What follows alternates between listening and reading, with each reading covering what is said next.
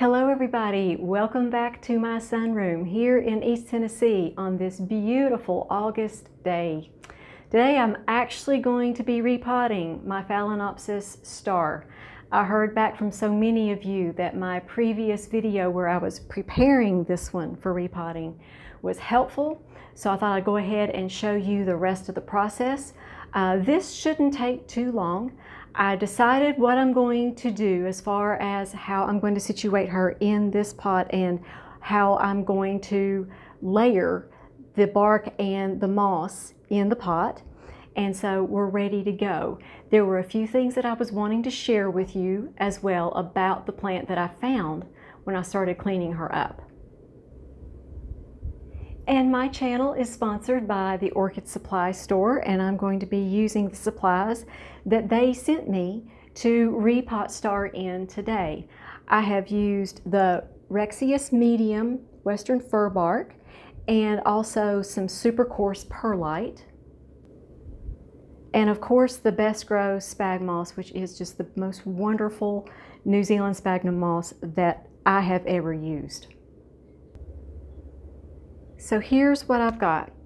I've got the western fir bark here with about 20% coarse perlite and about 80% of the fir bark. I just want a little bit of perlite in this bark layer. And also I have my New Zealand sphagnum moss, and it has been hydrating in just a little bit of CalMag so that the plant will have a calcium magnesium source right when I repot it. And I also found some crown rot. Well, I don't know if that's exactly crown rot, but do you see right above those two roots? That was black. It was like a black hole.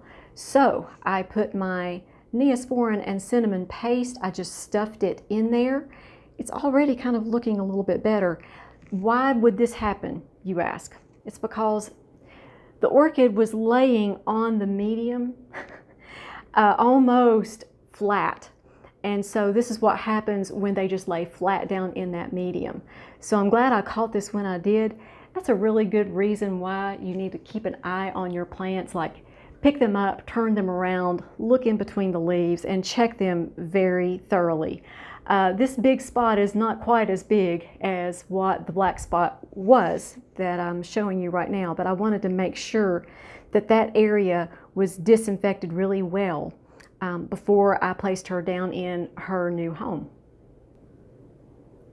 I've also rehydrated her root system very, very well. A wet root will bend a little bit. A dry root will snap if there's any pressure applied. So I want to make sure that the root system is very well hydrated before I try to go and repot it. She came out of a 6-inch pot, and today she is going into an 8-inch pot. That's the smallest one that she would actually fit in.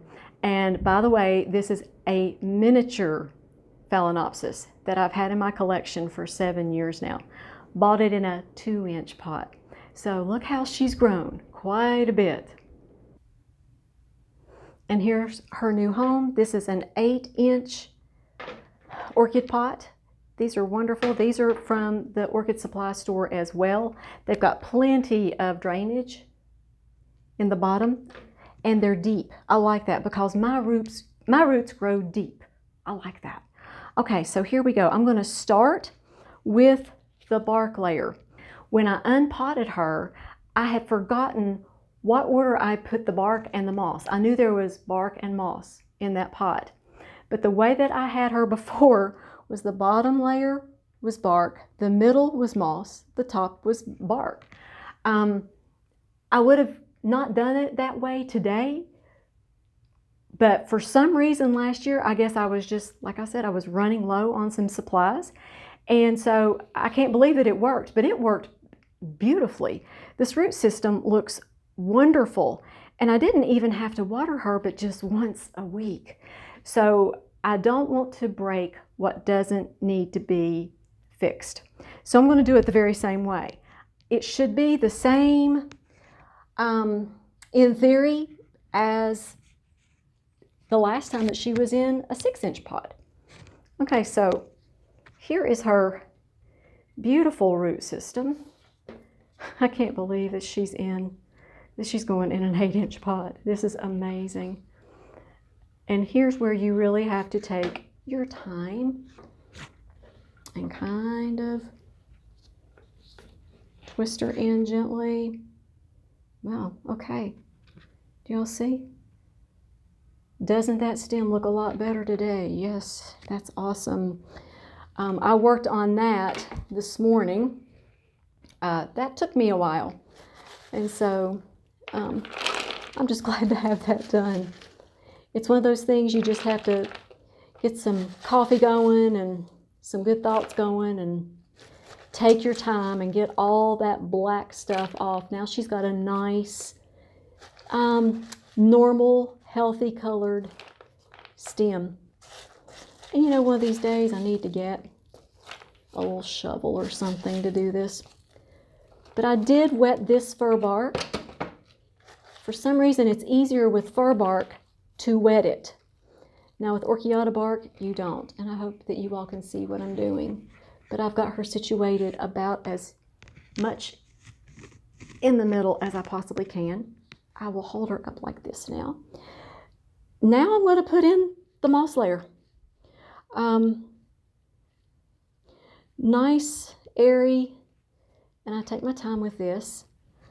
I'm just not believing that I did a 2/3 bark, 1/3 moss, and the moss being that middle layer, it obviously kept the bark on the bottom damp enough, but not too damp, because there was no rot in this pot at all. I'm so glad.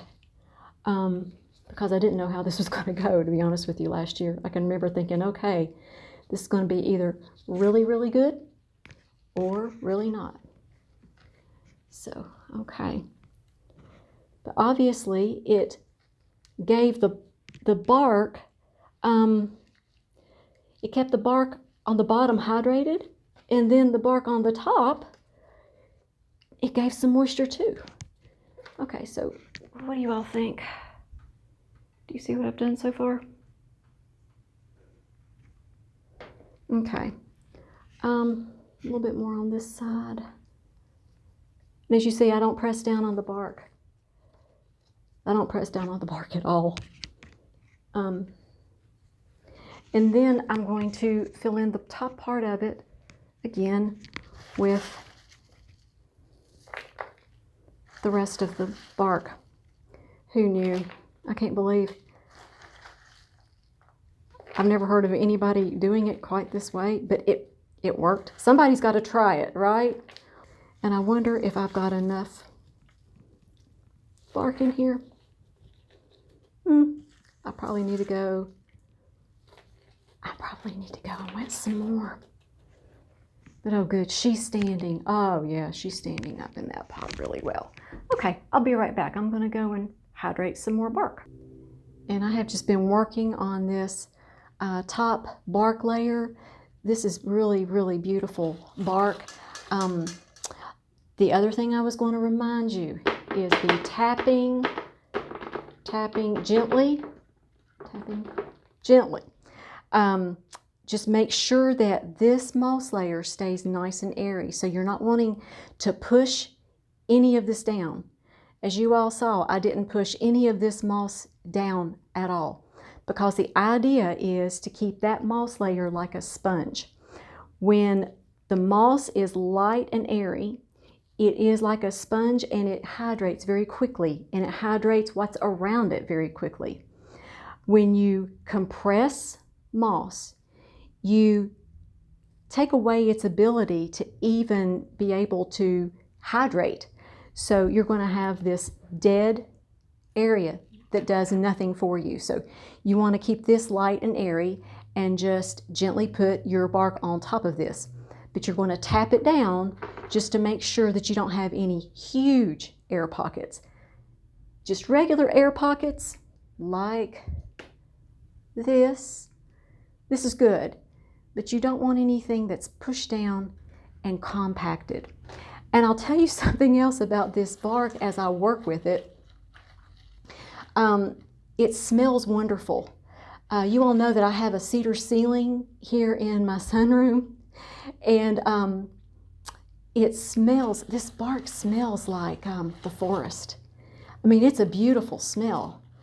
I've never worked with anything quite like this. I've never noticed that bark had a smell, but this smells wonderful. It's like an essential oil or something. So thank you so much for sending me this, Ken. This has just been a nice experience. It's like, wow, this bark really does smell nice. Makes the repotting process even that much more pleasant. And here's the finished product, and I must say, I love this. This fir bark is just so very nice. I did not see that coming. This really does smell like the woods on a very clear, pretty day after the rain. It's just that nice. I'm really happy about the moss layer. I think I got that one in there just right. And she looks happy. I'm so glad that I went ahead and repotted her when I did, because that rot spot would have been a problem this winter. So I'll be keeping an eye out on that spot. That was the only thing that I saw. There was no other rot on this plant, on the roots, anywhere. So I'm very confident that she's going to enjoy her new home, and she's going to bloom splendidly in the spring. She's one of the very first ones that blooms like in February, so I enjoy her so much. So I'm going to place her back in her home among her friend orchids, and thank you all so much for your friendship. I appreciate you all so very much. I enjoy reading through my comment section. You all are just such a blessing to me.